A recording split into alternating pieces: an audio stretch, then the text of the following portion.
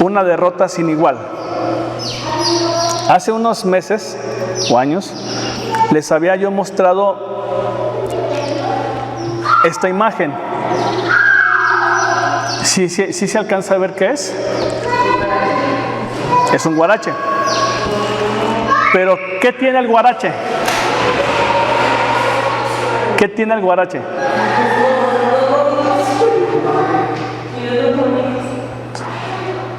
En la suela o en la planta donde va el pie, tiene dos personas, ¿verdad? Dos figuritas.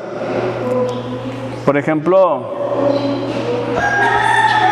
este es pues el cabello, este es un ojo, este es la barba, ¿sí? Y acá también, ¿sí? Esta sandalia es la sandalia de un faraón. Y lo que está diciendo es que todo el mundo, simbolizando en estas dos personas, estaba debajo de los pies de Faraón.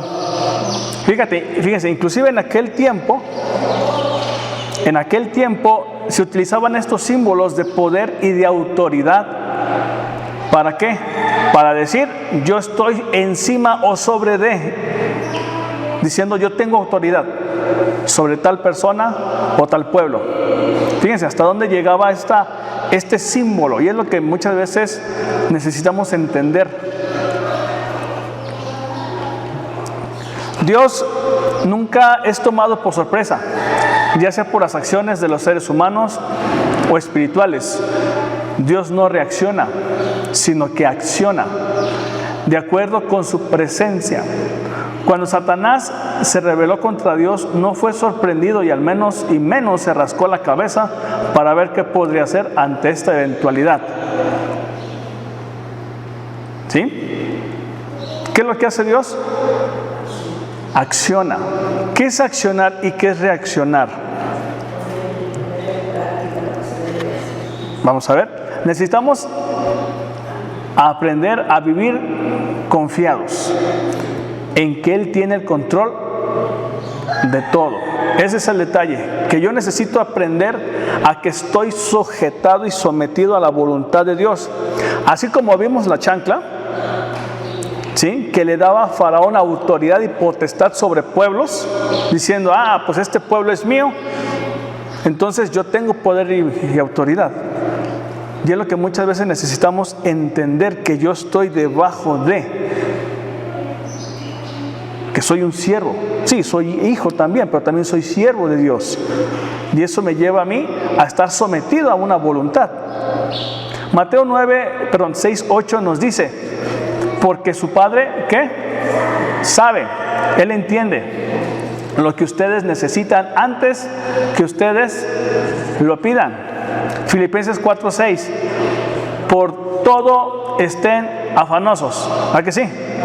Dice por nada. Y el término nada significa nada. Antes bien, en todo, mediante oración y súplica, ¿con qué? Y esto es muy difícil, dar gracias a Dios por las pruebas y por las tribulaciones. ¿Cómo vas a dar gracias a Dios por un cáncer? ¿Cómo vas a dar gracias a Dios por un accidente? ¿Cómo vas a dar gracias por una situación que te está llegando el agua al cuello? ¿Es difícil? Claro que sí. Sin embargo, sigue el texto. Sean dadas a conocer sus peticiones, ¿qué? Delante de Dios. Y cuando yo doy gracias a Dios por todo y o por cualquier situación difícil, problemática, dice, y que la paz de Dios. La paz de Dios que sobrepasa todo entendimiento, ¿qué va a hacer? Guardar sus corazones y mentes ¿en quién? Ahora entendemos por qué muchas veces, por ejemplo, cuando Jesús estaba en el huerto, decía, Señor, si es tu voluntad, pasa de mí esta copa, no la quiero beber.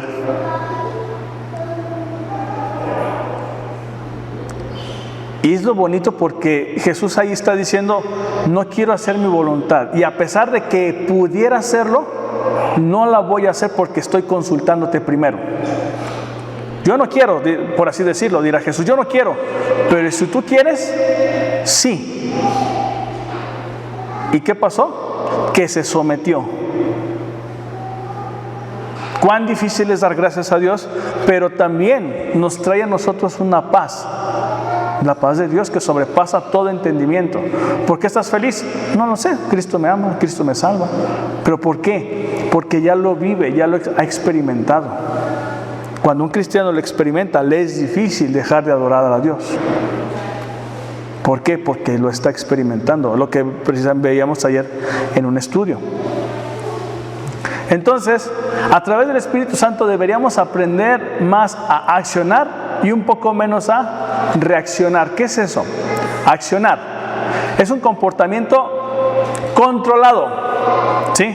Es un comportamiento que está controlado, pensado y elegido. Es decir, tomo la voluntad de hacer algo. Pensado, analizado, y mi comportamiento va a estar controlado. Y reacción es emocional y es automática. Que esto, pum, ya uno está enojado y esto no molesto y así. Cuando viene Satanás y te ataca, lo primero que muchas veces un cristiano hace es reaccionar ante un problema. Y no digo que esté mal, pero muchas veces nos volvemos reaccionarios ante determinadas situaciones y no accionarios. Por eso muchas veces les decimos a los chamacos o a los otros, piensa con la cabeza fría. ¿Por qué? Porque con una cabeza caliente va a reaccionar, pero sin pensar.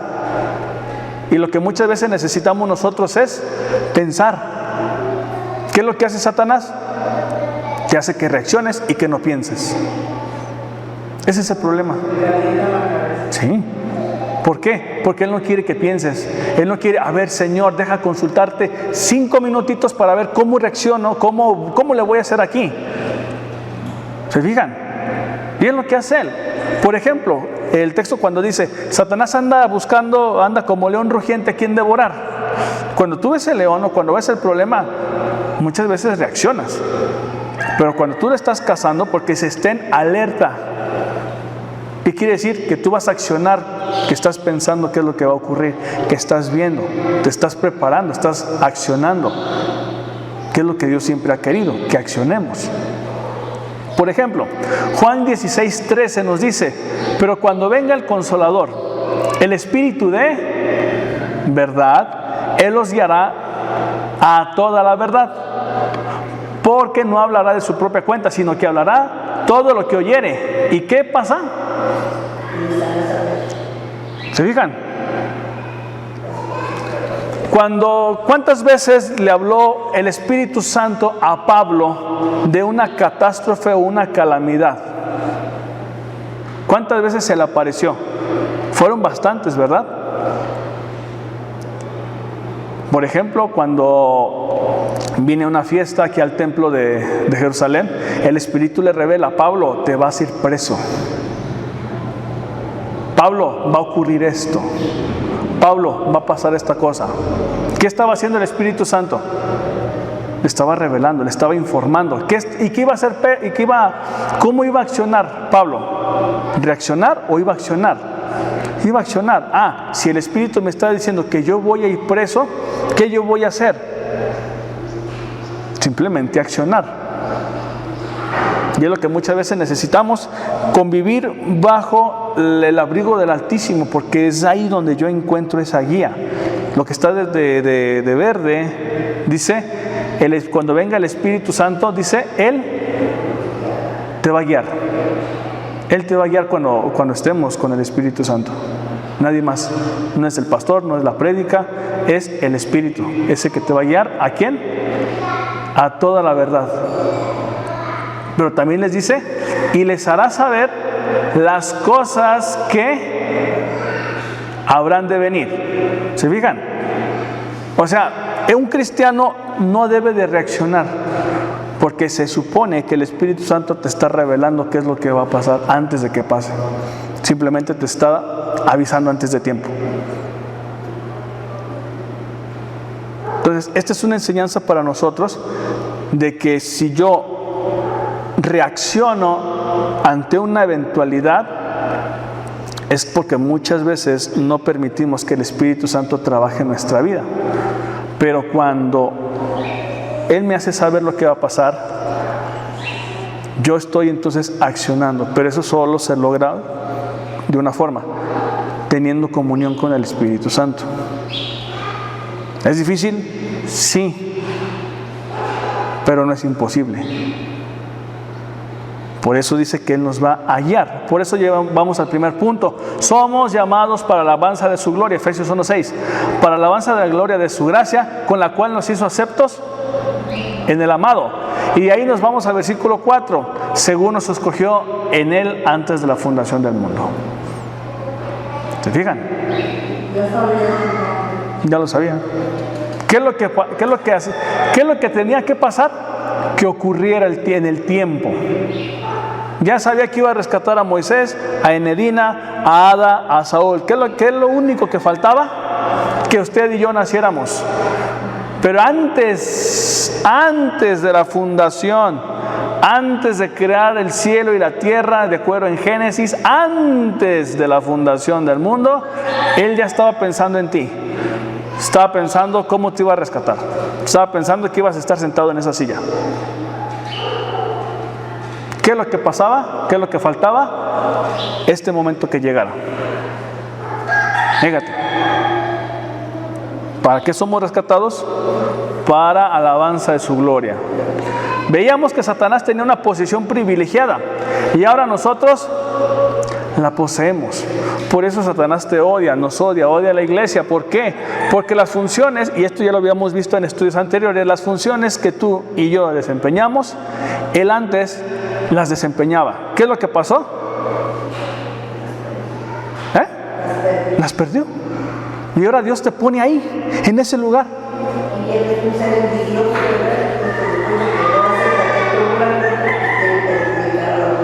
¿Sí? Yo les decía, les preguntaba ayer, imagínate Satanás un ser perfecto, y cómo un ser como tú y como yo le está robando la atención. ¿Cómo te ves, Satanás?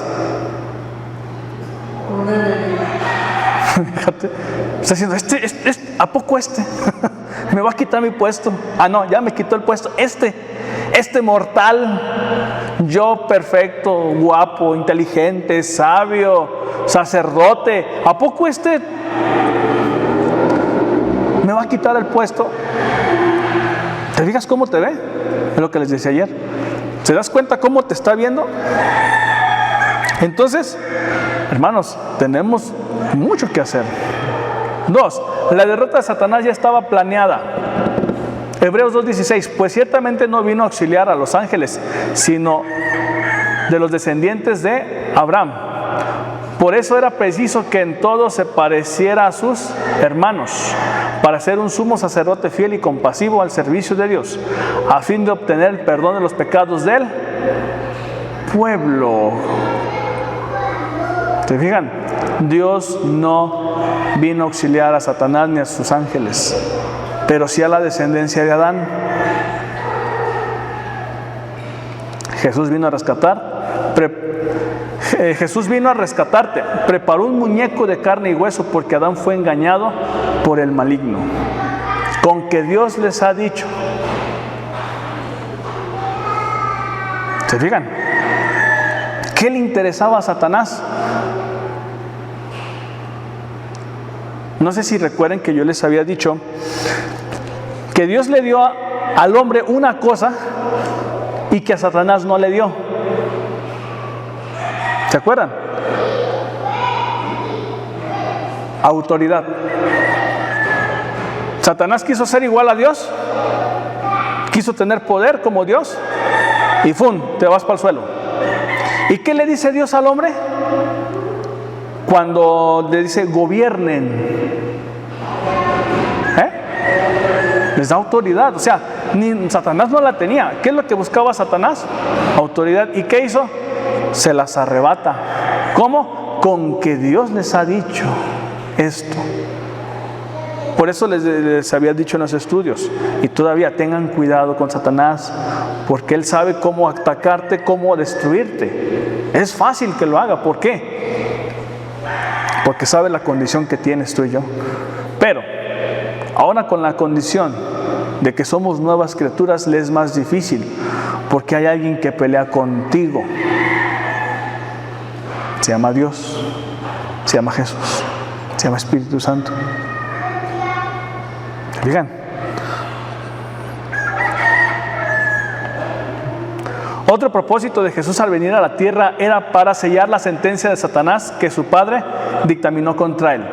1 Juan 3:8, el que practica el pecado es del diablo.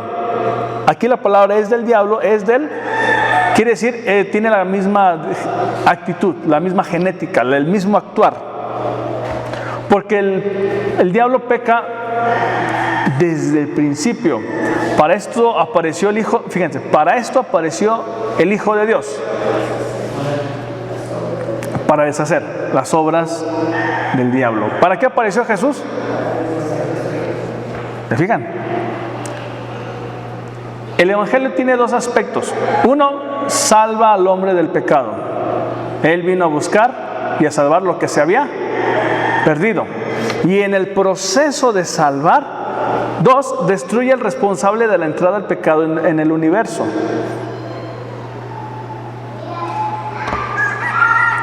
Esto quiere decir entonces, el punto 3, que la sangre de Cristo y la obediencia son causas de la derrota de Satanás. ¿Sí? Esto es importante. ¿Por qué? Porque si yo entiendo entonces de que si mi Jesús ya me dio la victoria antes de tiempo, yo tengo que confiar en ello, tengo que vivir en ello. Por eso Jesús siempre andaba sanando, resucitando demonios, resucitando personas, haciendo milagros. ¿Por qué? Porque el poder de Dios estaba sobre él. Uno de los mayores misterios revelados es cómo Dios usó a Satanás para que crucificaran a Jesús. ¿Cómo iba a entender que la sangre que Jesús derramó en la cruz sería esa misma sangre la que sellaría su destino? Juan 1:29. Y el siguiente día vio Juan a Jesús que venía a él y dijo: he aquí el Cordero de Dios. ¿Que qué? Quitar es una acción de levantar. ¿Sí? Hagan de cuenta como una chamarra si quieren. ¿Cuál es la acción? Se la quita, o una camisa, o un pantalón. Usted lo que hace es, se lo quita. De esa misma forma, ¿qué es lo que hace Jesús? Te quita, ya no te la deja puesta, te da otras ropas. Lo mismo es, ¿qué es lo que hace? Que el pecado es como una ropa. ¿Y qué es lo que hace Jesús? Te quita esa ropa, pero no tan solo te deja así. Pablo dice: vístanse ahora con la nueva imagen de Cristo. ¿Se fijan? Es aquí entonces por qué la sangre y la obediencia fueron los causantes de esa derrota. En el ministerio de Jesús, Satanás sabía que estaba o que contaba con la autoridad del Padre. Por eso había sanidades, liberaciones, resurrecciones, multiplicación, etcétera. Había todo. ¿Por qué? Porque Jesús venía a condenarlo. Ya había una condena. ¿Qué es lo que hacía falta? Que se cumpliera. Usted ya era salvo. ¿Qué es lo que hacía falta? Que se cumpliera. ¿Sí me doy a entender? ¿Eres algo desde antes? Sí. Pero ¿qué es lo que ocurrió? Ya estaba predestinado. Pero ¿qué es lo que ocurriera? Que llegara ese momento, pero tenía que ser voluntario. Que llegara el momento de tomar la decisión. Ajá. De entregar tu vida. Sí. Porque inclusive puedo decir no. ¿Sí me doy a entender? Puedes decir no, aunque estés predestinado. Eso es un asunto ya más como complicado, es más como un asunto teológico. Es más complejo. Pues yo pienso que sí, Dios te predestina, pero si el hombre se revela a entregarse a Él, pues se pierde. Aunque se desperdició la gracia de Dios. ¿Sí? Eso puede ser como en términos como más más en concreto, más sencillos, pero sí tiene su chiste. Tiene esta vez, porque Dios no quiere que ninguna alma se pierda, sino que todos llegamos al arrepentimiento. Pero la decisión de cada persona. De hecho, ayer, por ejemplo, veíamos en el estudio que hay dos comportamientos: el comportamiento legal y el comportamiento vital. ¿Qué es eso? El comportamiento legal es lo que Dios ya ha determinado para todos. Por ejemplo, ha determinado que toda la humanidad muera. ¿Sale? Ese es un comportamiento legal. Otro comportamiento legal es que a través de Jesús toda la humanidad va a ser salva, o toda la humanidad es salva si vienen a Jesús. Ese es el comportamiento legal. El comportamiento vital es cuando yo lo decido en aceptar a Jesús, en creerle a Jesús o en creerle a Dios. Se vuelve ahora vital, se vuelve ahora una vida. ¿Por qué? Porque yo ya lo estoy aceptando, yo ya lo estoy reconociendo en mi vida. No sé si me estoy dando a entender. Entonces, el comportamiento legal es: toda la gente está muerta, pero a través de Jesús todos van a vivir. Ojo, todos van a vivir. Ajá. Ahora, el comportamiento vital es aquella persona que decide obedecer, porque es voluntario. Entonces, de esta misma forma ya estaba predestinado, pero ¿qué hacía falta? Que ocurriera, pero más aún que usted o yo lo decidiéramos. ¿Sí me estoy dando a entender? Sí, es un regalo. A mí me regalaron mucho dinero. Sí, cuando me dieron un paquete, como decía que estaba predestinada para mí, pero yo le digo, no la quiero, no hay seguridad en mi mente, no la quiero. Sí. Entonces era para mí, está como las oportunidades de la vida. Sí. Yo les digo ahorita, como consejo, a mí Dios me dio oportunidades, no las voy a aprovechar. ¿Por qué? Porque me mando conocimiento. Pero Dios me dio oportunidades, pero no las aproveché. Entonces se fueron. Y es que todo me conviene y todo me sostiene el Señor, pero a lo mejor tenía otra forma de sustento, pero pasaron desapercibidos. Sí. Así es, por eso dice Pedro: no quiere que nadie se pierda, sino que todos procedan al arrepentimiento. Ahora la pregunta es: ¿todos van a proceder al arrepentimiento?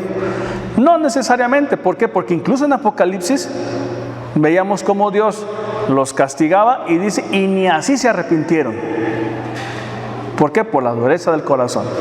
Y ahorita estamos en nombre de los hombres que hemos sido tan rebeldes, tan rebeldes. ¿Cómo está tratando Dios con la humanidad? Con pandemias, No, guerras, inflaciones, No, una cosa, y sabrá Dios que ve más, porque a lo que se ve, esto de la pandemia, yo creo que la gente pedía clemencia a Dios, sí, pero nunca se declararon pecadores, perdonan, ni siquiera quería yo ver ahí en los yo no veía una convicción de pecado. Entonces, toda la gente sí pedía gracias a Dios y que nos ayudaran, que así. Y otros mensajes como: Dios no lo quiera. ¿No les ha tocado ver? Como Dios no quiera mandarnos una epidemia. ¡Ay! ¿Cómo no? Pues no, pues ya, pero fíjate, la gente sigue igual, yo los veo igual, o peores, no sé, como que a través de los mexicanos,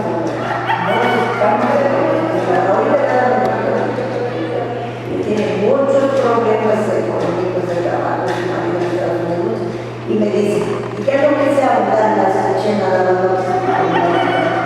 Es que yo le pido mucho a Dios, pero nomás le vieron que tiene COVID, pero yo le pongo eso. Está actuando de acuerdo a como Dios quiere y que le adore y que le dice, es que pero no le gusta. Y si no le muestra el camino y le dice, pero es lo que no busca. ¿Sí? Se repiten los tiempos Sí. de Noé, que como que Tomás se dedicaba creo que 100 años, y la gente se burlaba, hasta que ya vieron que llegó lo que anunciaba hace entonces, me imagino que le tocaban la puerta o gritaban, o así se dice, ya se nos quedó tarde. Se repiten los tiempos, se repiten las situaciones, el corazón del hombre está en Dios contigo, más duro que me imagino que es todavía más duro. Sí. No se van endureciendo más y más y más. Entonces, pues, qué lástima, qué pesar, qué dolor que estés predestinado para la vida eterna y que menosprecies la grandeza de la gracia de Dios, que menosprecies a Jesucristo. Ay, no, ahorita que estoy pensando en eso, digo, no es posible. Pues sí, pero en su mente blanca No. ¿Por qué? Porque precisamente Satanás ataca el ego, ataca a la persona. De hecho, fíjense, cómo Satanás atacó a Jesús en el peor momento de su aflicción. ¿Cómo lo atacó? Sí, fíjense. Lucas 23:35, fíjense. Y el pueblo estaba mirando y a unos gobernantes de él se burlaban, diciendo: a otro salvó, sálvese a sí mismo, si este es el Cristo, el escogido de Dios. ¿Qué le están diciendo? Sálvate, bájate de ahí. Si eres lo que tú dices, Sí. Bájate. ¿Quién? El pueblo. ¿Y quién más? Los gobernantes. Ok, entonces el pueblo y los gobernantes le estaban diciendo: si tú eres el Mesías, desciende de ahí. Perfecto. 36. Los soldados también escarnecieron. 37. Y diciendo: si tú eres el rey de los judíos, sálvate a ti mismo. Es decir, bájate. ¿Por qué? Porque tienes poder. Y el 39. Y uno de los malhechores que estaban colgados le injuriaba, diciendo: si tú eres el Cristo, sálvate a ti mismo, pero también a nosotros. La pregunta es: ¿de quiénes son estas palabras? Y Jesús le responde: ¿de quién son estas palabras? Si tú eres el Cristo, desciende. pero estaban provocando. Sí, pero ¿de quiénes son? ¿De quiénes? Ahora, ¿por qué lo injuriaba en esto? Para que él claudicara de alguna manera, si él realmente tuviera eso. ¿Sí? Así es. Por eso Jesús dijo en Mateo 26:53: ¿no te parece que yo puedo orar a mi Padre y que Él puede mandarme ahora mismo más de 12 legiones de ángeles? Pero entonces, ¿cómo se cumplirán las Escrituras? Porque es necesario que así suceda, es necesario. Es decir, si Jesús no moría, nosotros moríamos. Jesús tenía que morir para que nosotros pudiéramos vivir. Entonces aquí vemos otra cosa interesante. ¿Que Jesús podía pedir al Padre? Sí. Pero si no, ¿cómo se cumple la Escritura? ¿Qué estaba haciendo Jesús ahí? Defendiendo el honor de su papá. Fíjate, un buen hijo defiende el honor de su papá. ¿Cómo se cumple la Escritura? Porque ¿quién inspiró la Escritura? El Espíritu Santo, bueno, o Dios. Entonces es peso ahí, es mucho valor. Jesús demostró una obediencia absoluta aún en las peores circunstancias. ¿Por qué? Sabía a quién estaba sirviendo. Satanás pensó que Jesús sería como él, hacer su voluntad, y se le olvidó que vino a cumplir la voluntad del Padre. ¿Qué hizo Satanás? Voy a subir al cielo, sobre el cielo o sobre las nubes pondré mi trono y seré semejante a Dios. ¿Qué estaba tratando de hacer con Jesús? Desobedecer la voluntad de tu papá. ¿Se fijan? Estaba tentando para que el Señor, para influir en su decisión, en su ánimo y todo. ¿Sí? Y entonces, ojo, y si Jesús hiciera su voluntad, ¿qué iba a ocurrir? ¿Se fijan? Por eso Satanás siempre está tentándote, te está menospreciando. ¿Por qué? Porque ataca tu identidad. Y ese es el problema. Ayer precisamente hablamos sobre la muerte, porque yo me quedé en la muerte, no sé si haya estado bien lo que yo le contesté. La muerte es el fin de la vida de todos. La muerte y vida. En la vida dejamos de existir y muerte. Pero es que esos que les gusta y le hablan y le adoran, de esa imagen de la persona. La muerte no es esa imagen pequeña. La muerte es el fin de lo que hay. Entonces le digo, ese ya no está atrás. Y esa que está dando la vista. Y Jesús venció la muerte. Sí. Porque le dice, muerto, ¿dónde está? ¿Dónde está? Entonces, él la venció de él. Y si Dios, Cristo, no hubiera resucitado, humano sería nuestro Señor. Él no lo venció, pero él la venció. Así es. Muy bien, lo que contesté. Sí. Que ahorita le da explicaciones cuando no se lo correcto. Por eso vemos. Sí, no, y está bien. Por eso Satanás nunca pensó que sería destruido por la misma trampa, la muerte. ¿Por qué? ¿Qué es lo que dice Dios? Adán, ciertamente el día en que tú comieres de este fruto, morirás. ¿Qué es muerte? Es separarse. Entonces, aquí ¿qué es lo que está ocurriendo? ¿Qué es lo que hizo Satanás? Puso muerte o puso una separación entre Dios y los hombres. Eso es muerte, separación. Entonces, Hebreos 2:14 dice, así que por cuanto los hijos participan de la sangre y carne, vamos, son humanos, ¿sí? Por cuanto los hijos participan de carne y sangre o son humanos, también Jesús participó de lo mismo. Eso lo vemos en Filipenses, por ejemplo, 2:7, que tomó forma de siervo, haciendo semejante a los hombres. ¿Y cómo es un hombre? Un ser normal, un ser que se muere, con sus defectos y detalles. Un hombre. Para anular, ¿para qué vino a hacerse humano? Para anular mediante la muerte el poder de aquel que tenía el poder de la muerte, es decir, el diablo. Y librar a los que por el temor a la muerte estaban sujetos a esclavitud durante toda la vida. Jesús tenía que venir a hacerse carne y hueso, tenía que morir para quitarle la muerte, el poder de la muerte. ¿A quién? A Satanás. ¿Por qué? Porque el hombre no estaba destinado a morir. ¿Cuándo viene esta muerte o esta separación de entre Dios y el hombre? Cuando Satanás mete su cuchara. Ahí hay una separación. Hagan de cuenta, ustedes han utilizado velcro. Ajá. Hagan de cuenta, es así.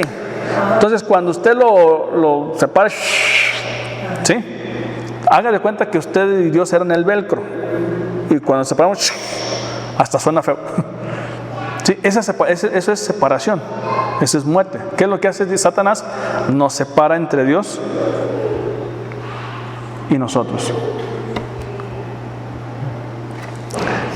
Ojo, muy interesante. Satanás se sabía la ley de principio a fin, ¿sí o no? Hasta se la recitó a Jesús. Pero la ley no contempla la resurrección del pecador, ¿sí? No toca puntos de resurrección. Eso es tiempo después. Hay 2-3 indicios en la ley, pero no de que el pecador vaya a resucitar, sino que la ley demanda la muerte del pecador. La paga del pecado es muerte. La ley exigía la muerte de la persona. ¿Cuál era el enfoque de Satanás? Bueno, que Jesús muriera por ser pecador. ¿No dice acaso la Escritura que Él cargó nuestros pecados, nuestras culpas? Fíjense, se hizo. Entonces, Jesús ya era pecador. Era pecador. Y al ser pecador, entonces, estaba participando de la misma naturaleza de nosotros. ¿Cuál? Morir. En ese sentido. Sí. Pecador en ese sentido. Sí. ¿Por qué? Porque era el Cordero de Dios que quita el pecado del mundo. Entonces nosotros le hicimos pecador, se hizo pecador, y entonces, pero no contempló que resucitaría en cuerpo. Satanás era como los testigos de Jehová. Pensó que iba a tener una resurrección espiritual, pero no corporal. ¿Te fijan? Ese era el detalle. ¿Por qué? Porque Satanás conocía a Jesús. Sí, y lo conocía bien desde el principio. Génesis 1:1 dice: en el principio creó Dios los cielos y la tierra. Juan 1 del 1 hasta el 3 dice que a través de Jesús formó el cielo y la tierra. Es decir, que Satanás sabía perfectamente quién era Jesús y la autoridad que tenía. Y cuando se despoja esa autoridad, cuando se despoja todo ese poder, hacer nada, hacer carne y hueso, ¿qué podía hacer Satanás? Tocarlo, tentarlo. Por eso dice que participó de la sangre y carne como sus hermanos. Por eso tenía que Jesús participar de las aflicciones del cuerpo humano, para experimentar la muerte. Y así, como dice el salmista: no dejarás mi alma en el Seol, ni permitirás que tu santo vea corrupción. ¿Se fijan todo lo que tuvo que hacer el Padre? ¿Se fijan todo lo que tuvo que hacer Satanás? O sea, es tremendo esto. Esta es la parte de la sabiduría de Dios oculta en 1 Corintios 2:7. ¿Quién pensaría que la víctima del crimen terminaría destruyendo al autor del crimen? 1 Corintios 2:8 dice: la sabiduría, la que ninguno de los gobernantes de este mundo conoció, porque si la hubieran conocido, nunca habrían crucificado al Señor de la gloria. Si hubieran entendido, ¿sabes qué? Que Jesús se va a despojar de su divinidad. Y Dios lo iba a levantar el tercer día, lo hubieran crucificado. Se hubieran animado a crucificarlo, sabiendo de que iban a perder al día siguiente, después de la resurrección. Lo hubieran hecho. ¿Sabes qué, Satanás? Mira, en 3 días tú tienes victoria, pero al 4.º día perdiste todo. Se hubiera animado a hacerlo.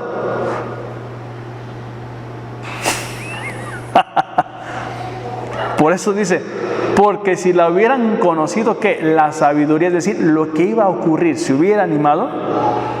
No, por supuesto que no.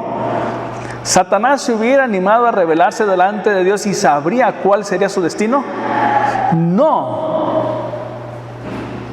Cuando crucificaron a Jesús, le mordieron el calcañar, pero Jesús les aplastó la cabeza. Digan. Y Satanás con ese calcañar, el chamorro. ¿Se fijan? Cómo, a pesar de que Satanás tiene un montón de sabiduría, no es tan sabio.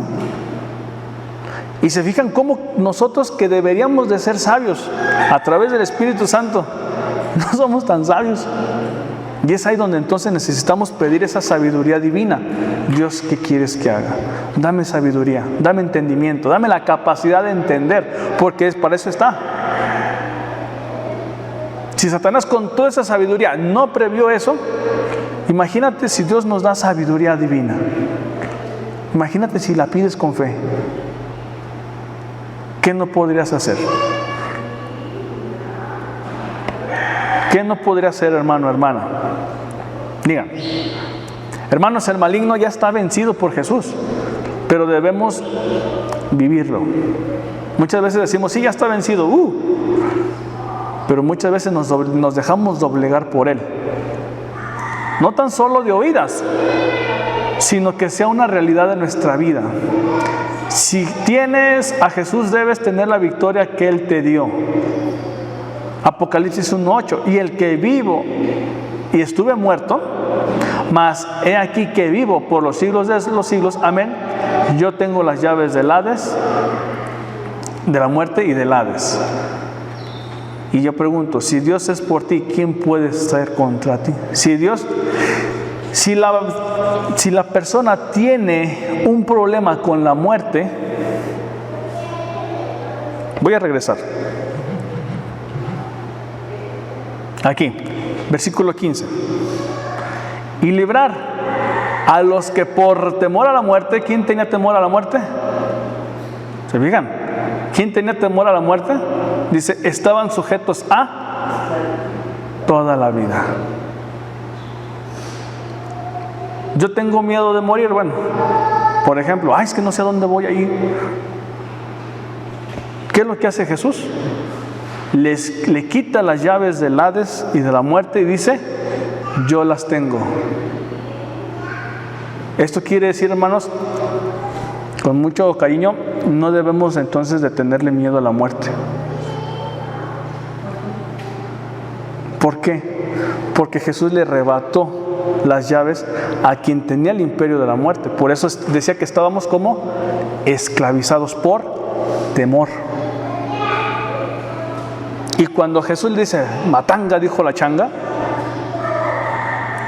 ahora dice, y tengo las llaves de la muerte y del Hades. Entonces un cristiano no debe de tener miedo a la muerte. No porque no sienta feo. Pero tenemos que ser conscientes que vamos a ir. Sí, o sea, e independientemente. Y no vivir así. Sí, porque es más el problema, es la sensación del temor a la muerte. ¿Sí? O sea, el problema muchas veces que es más el problema la sensación de morir que la misma muerte. Y eso es precisamente que Jesús ya lo quitó, ya lo tiene Él. Por eso no debemos de tener miedo. ¿Por qué? Porque el perfecto amor echa fuera el temor. Entonces, si Dios es con nosotros, ¿quién puede estar contra mí? Por eso Jesús, y les pongo acá la